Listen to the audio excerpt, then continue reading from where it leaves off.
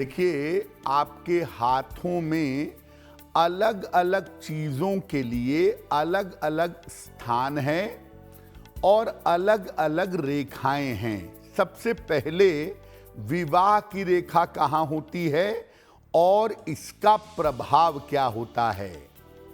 जो विवाह रेखा है ये छोटी उंगली के नीचे समानांतर पाई जाती है। जो ये छोटी उंगली है इसके नीचे का जो हिस्सा है इस पर एक छोटी सी रेखा पैरेलल होती है जिसको विवाह की रेखा कहा जाता है।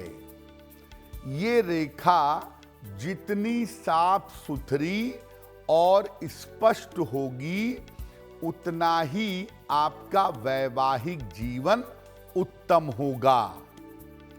अगर विवाह की रेखा हाथ में ऊपर की तरफ जाए या नीचे की तरफ जाए तो ये अच्छा नहीं होता।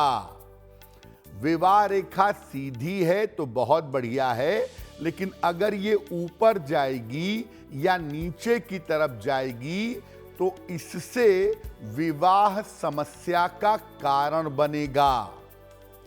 और अगर ये रेखा टूटी हुई है या दो भागों में आगे चल कर के बंट जाती है तो ये विवाह विच्छेद का कारण है। अगर आपकी विवाह रेखा टूटी है या आगे लंबाई तक बढ़ करके दो शाखाओं में बंट गई है तो इसका मतलब आपकी शादीशुदा जिंदगी में प्रॉब्लम आएगी। आपका विवाह आगे चल करके टूट सकता है। देखिए, लव अफेयर की या प्रेम की कोई अलग से रेखा नहीं होती है। इसके लिए हाथ में कॉम्बिनेशन देखने पड़ते हैं।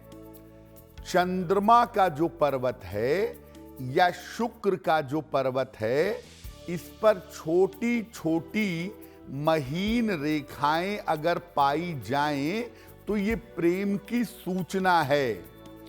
चंद्र का पर्वत यहां है और शुक्र का पर्वत अंगूठे के नीचे है। अगर इन दोनों पर्वत पर छोटी छोटी महीन रेखाएं हैं तो ये जीवन में प्रेम की सूचना है। जब हाथ में शुक्र का पर्वत या चंद्रमा का पर्वत विशेष रूप से गुलाबी हो जाए तो ये प्रेम संबंध की शुरुआत होती है।